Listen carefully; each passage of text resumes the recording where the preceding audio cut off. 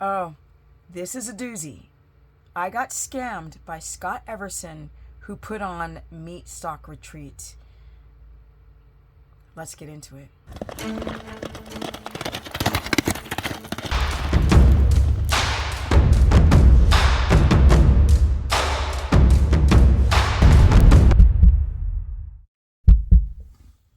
Welcome, everyone. Now, I'm going to get right onto it.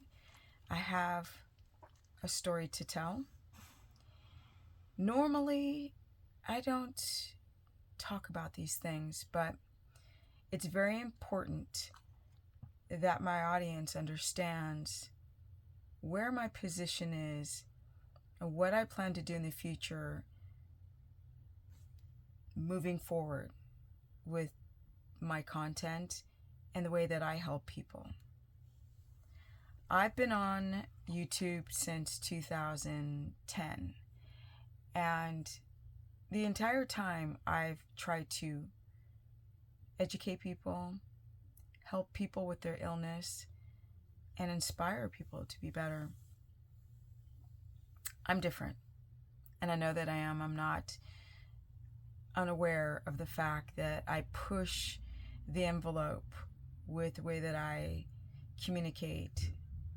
In the beginning of my keto world, obviously I started talking about ketogenic diets because of my mother having a glioblastoma and her surviving it, and me wanting to talk about the wonderment of ketogenic diets. I didn't know that I would still be here talking about it. And I remember the first video that I actually spoke about the ketogenic diet, because things had been going on with my mother for a while before I actually spoke about it on the internet.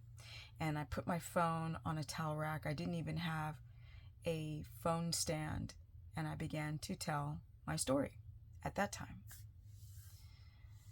Well, 14 years later, I'm still here, and I've learned so much.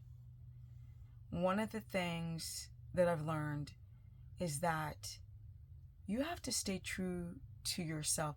Now, I've always done that. Often when you are on the internet, people will try to change who you are. I think you should talk this way. I don't like the way your eyes are looking. What are you looking at? You're too muscular. Whatever the things that people try to say, it's just on and on. In the beginning, it's weird. In the beginning, you're like, why do you even care? Like, why? But over time, I understand things more, especially past Sloved. I really start to understand people and their cognitive dissonance. Not everyone, clearly. It's a small amount of people. But over time, I have pushed the envelope. Now, in the beginning, I might have come across as a golden brown airhead, because I'd be like, energy! I was so excited with the results of my mother surviving the glio. I just was so just wanting to, I don't know, my excitement in life was there at that time. It still is, but we all go through a journey. In the beginning, there were like there was a paleo effects.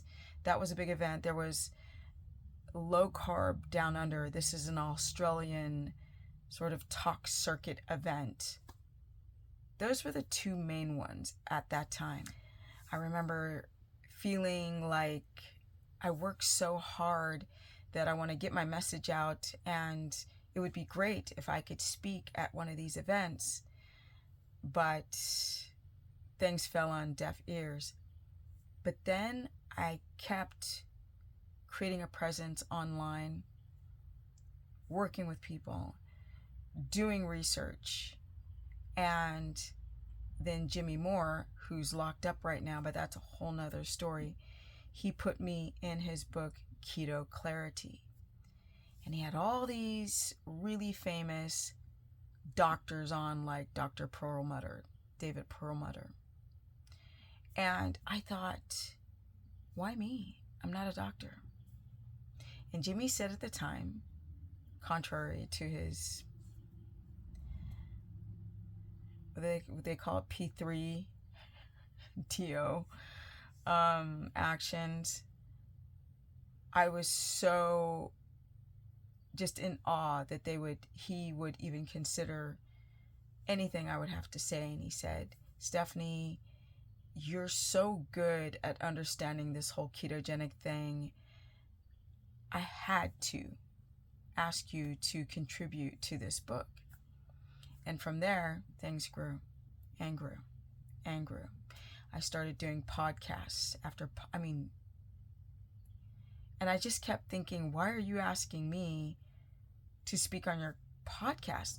At that time, I kind of felt the same way as I did when I first started skateboarding. So for those who don't know, I used to be a pro skateboarder. I used to skateboard with Tony Hawk in that era of skateboarding. In fact, I'm in the Smithsonian Institute, and that's a whole nother story time. When I was skateboarding, I was approached to get a pro model.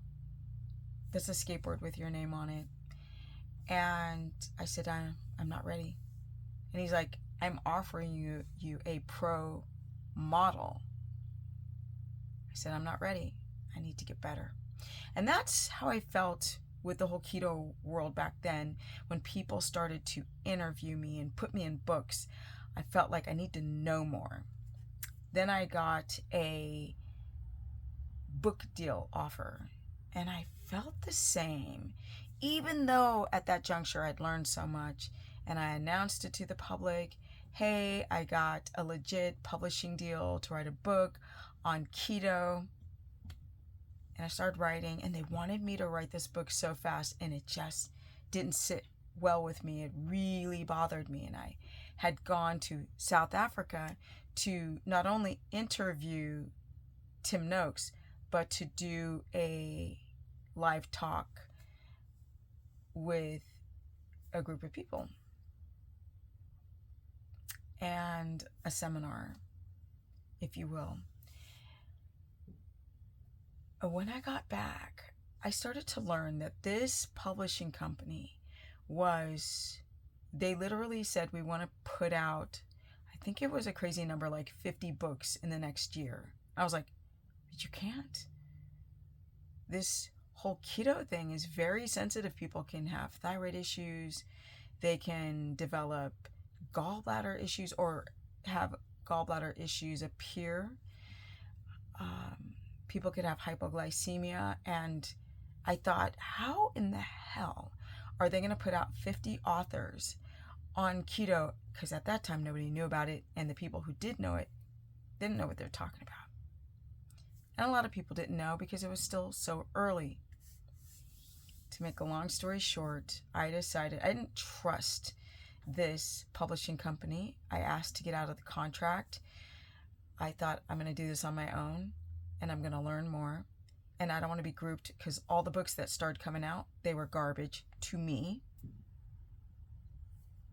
And I remember arguing with the publishing company, these books are dangerous. These books are not true, and they can hurt people. And I don't even know where half those authors are now. So I was right. Those authors are gone. And I'm glad that I ripped up that contract. But then people said, are you going to still do your book? And I said, yeah, I'm going to do it on my own. And I'm still going to finish this book. But life has gotten in the way a few times. But everything's there. I just have to have the time to put it together. But I digress. Okay, guys, I decided to take a break. This is an intermission because I'm doing a part 1 and a part 2 of this story on how I got scammed by Scott Everson and the Meat Stock Retreat. Yeah, it's an evolution. I've been around for a long time. I've collabed. I've spoken at different events. And at this juncture, with the way life is today, it's time for me to go my own direction with my content and who I am. I'm in my own lane. So stay tuned for part 2 tomorrow on how I got scammed. Yeah. And it has a lot to do with making sure that the people who paid $2,000 to watch me speak know the truth. Stay tuned.